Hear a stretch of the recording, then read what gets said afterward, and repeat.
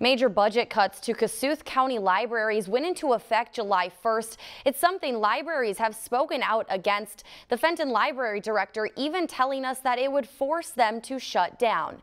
Now, however, it looks like things might be turning around. Local 5's Laura Bowen has more on the change in course. The vice chair of county supervisors tells me that the board has voted to prepare a budget amendment that would restore the library budget to what it was last fiscal year. Now, this isn't official just yet. Supervisors will be voting on that amendment in about a month. Still, the vice chair tells me it looks like everyone's on board.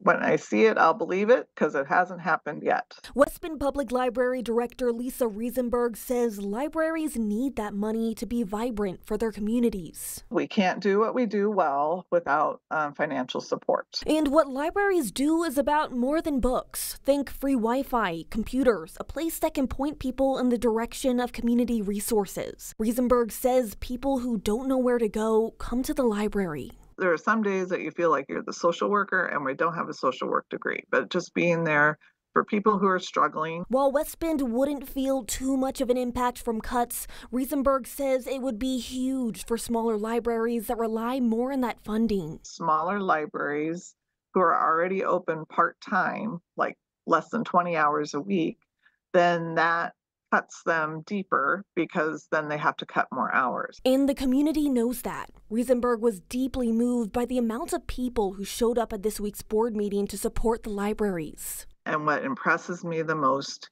is the people you know are shy or struggle with mental health, and they're the ones that are there supporting us.